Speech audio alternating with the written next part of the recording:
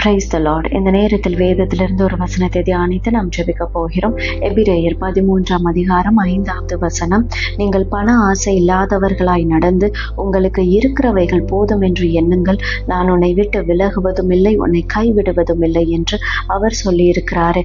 இந்த வார்த்தையின் மூலம் நாம் தெளிவாக புரிந்து கொள்ள வேண்டியது, நாம் பணத்தின் மீதோ அல்லது உலக பொருட்கள் மீதோ நாம் ஆசை வைத்திருந்தால், பேராசை வைத்திருந்தால், அந்த நேரத்தில் நமக்கு மன அமைதி கிடைக்காது.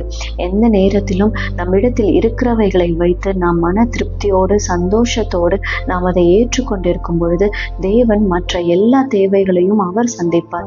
ஏற்ற காலத்தில் அவர் நிறைவேற்றி முடிக்கின்றவராக இருக்கிறார். எனவே நாம் ஜெபிப்போம், நமது பிள்ளைகளுக்கும் கற்றுக் கொடுப்போம். மற்றவர்களை பார்த்து நாம் எதற்காகவும் ஆசைப்படக்கூடாது.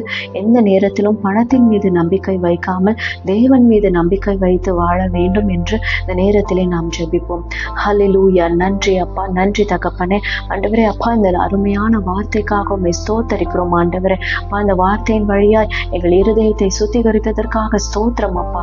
அப்பா, இந்த வார்த்தையின் மூலம் நாங்கள் தெளிவாக புரிந்து கொண்டதற்காக நன்றி ஆண்டவரே.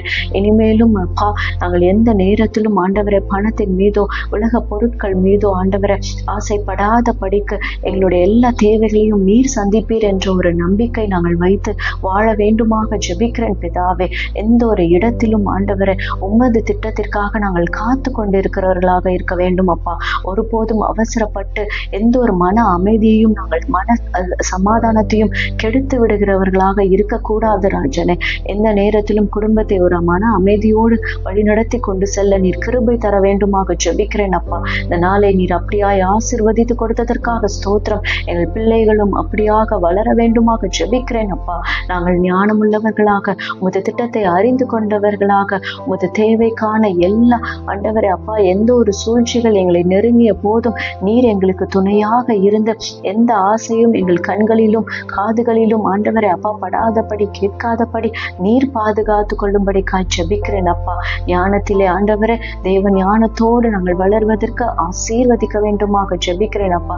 நீர் எங்களை விட்டு விலகாதவராய், நீர் எங்களை கைவிடாதபடிக்கு எங்களுடைய தேவைகள் எல்லாவற்றையும் நிறைவேற்றி முடிக்கின்றவராக இருக்கிறீர் என்று வார்த்தை மூலம் பேசினதற்காக ஸ்தோத்திரம் ஆண்டவரே. இந்த நாளை நீர் ஆசீர்வதித்து கொடுத்ததற்காக ஸ்தோத்திரம். குடும்பங்களை, பிள்ளைகளை, பெற்றோர்களை, உறவினர்களை, நண்பர்களை எல்லோரையும் ஆசீர்வதித்து வழிநடத்த வேண்டுமாக ஜெபிக்கிறேன் பிதாவே. இயேசுவின் இனிதான நாமத்தில் ஜெபிக்கிறேன். ஜெபம் கேளும் ஜீவனுள்ள நல்ல பிதாவே. ஆமென். Be blessed in Jesus Christ.